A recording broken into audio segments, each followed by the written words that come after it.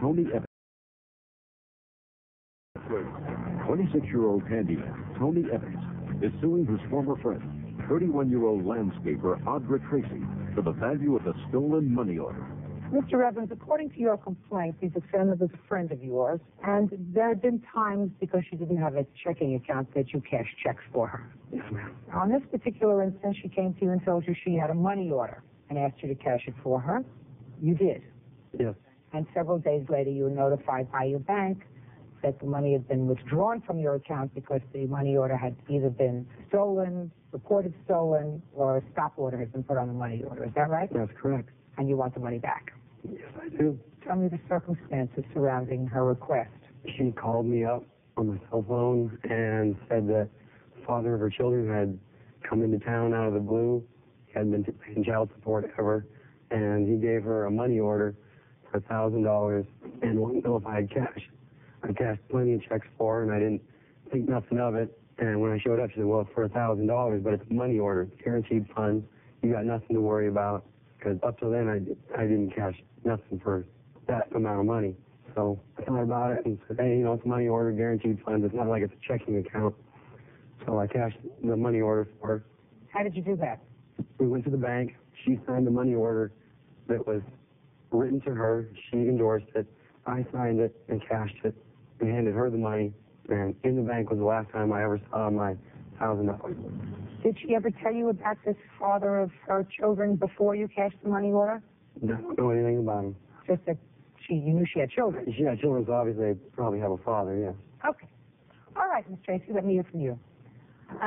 Pretty much everything that he said, it happened. To me, the money order was a legit check. That's the only reason why I asked Tony to do it, because like he said, he has cashed checks for me prior, because I don't have a bank account.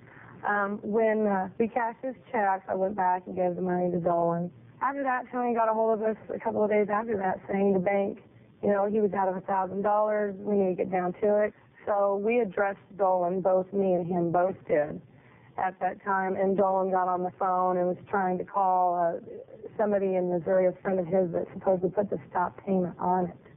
To me, I was an innocent bystander, and I understand Tony wants to get his money back, and I tried to get him and Dolan to deal with it themselves and keep me out of it, because it was basically, he wrote the check out to me, and I don't feel like I'm totally blamed for the $1,000. Even though I got the $1,000, which I gave to Dolan, and in return he gave me $300 for child support. And I haven't received child support from him in like 12 years. So you feel as if Dolan is responsible? Yes, I definitely do. That's your defense? Yeah. That you're an innocent bystander? Yes. All right.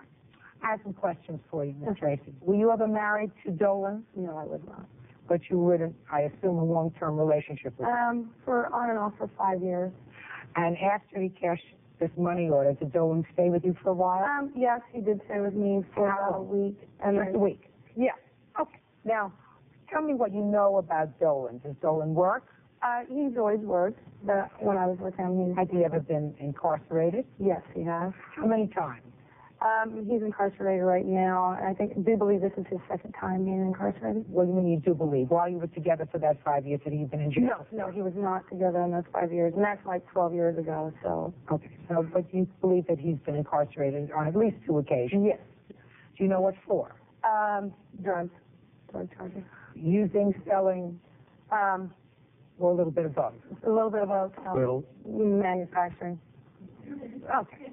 A little bit of, he's everything. A little bit of entrepreneur, he's a businessman, he's a salesman, and he also uses his own product.